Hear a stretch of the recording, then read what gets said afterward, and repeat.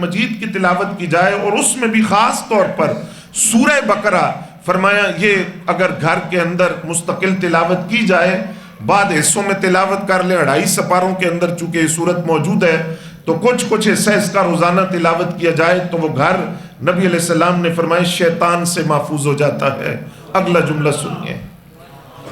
اور یہ جملہ، اور یہ عرض کروں گا کہ میں جو باتیں یہ عرض کرتا ہوں اللہ مجھے بھی اور آپ کو یہ توفیق دے کہ ہم صرف سن کر نہ جایا کریں، یہاں سے نیت بھی کر کے جائیں کہ ہم ان پر عمل بھی کریں گے، تب ہی میرے کلام کرنے کا کوئی فائدہ ہوگا اور آپ کے سننے کا کوئی فائدہ ہوگا۔ نبی علیہ السلام نے فرمایا جس گھر کے اندر تلاوت نہیں ہوتی وہ کھنڈر جیسا ہے جس کی دیکھ بھال کرنے والا ویران گھر ہے، وہ ویران گھر ہے، اس میں قرآن کی تلاوت کی رونق نہیں ہے، کلام اللہ کی آواز اس گھر سے نہیں آتی، قرآن نہیں پڑھا جاتا، قرآن کے ساتھ وہاں لوگوں کا کوئی تعلق نہیں ہے۔ تو فرمایا کہ وہ گھر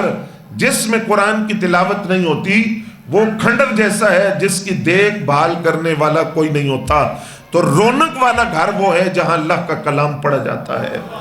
کلام اللہ کی تلاوت کی جاتی ہے۔ ہمارے آج بزرگ ہم دیکھتے ہیں، کئی بزرگوں کا معمول ہے وہ صبح اٹھتے ہیں گھر کے اندر سپارہ پڑھتے ہیں، درود شریف پڑھتے ہیں۔ میرے والد گرامی چونکہ کان آوازوں میں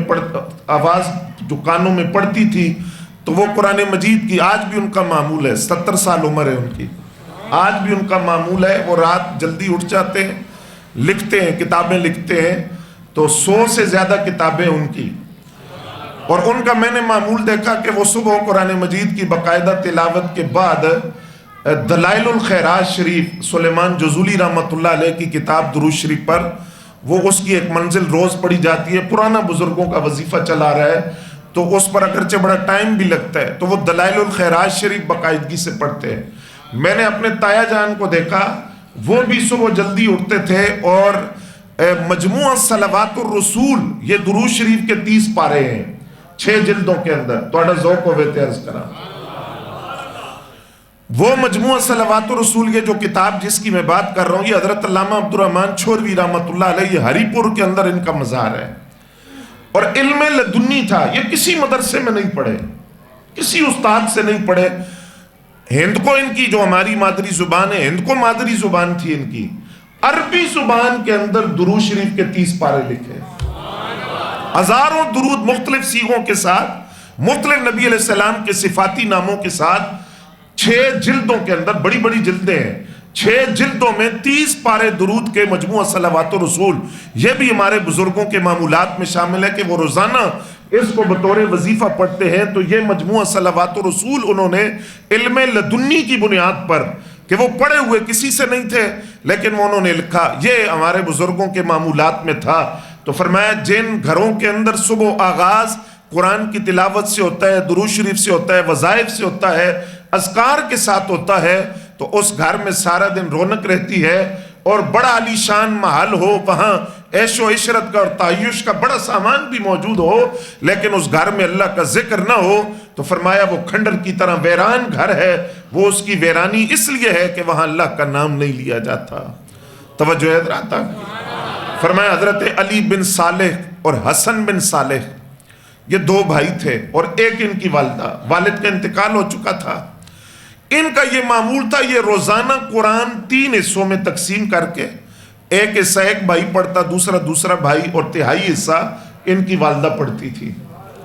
تو روزانہ یہ 2 بیٹے اور ماں مل کر مکمل قرآن مجید کی تلاوت کرتے۔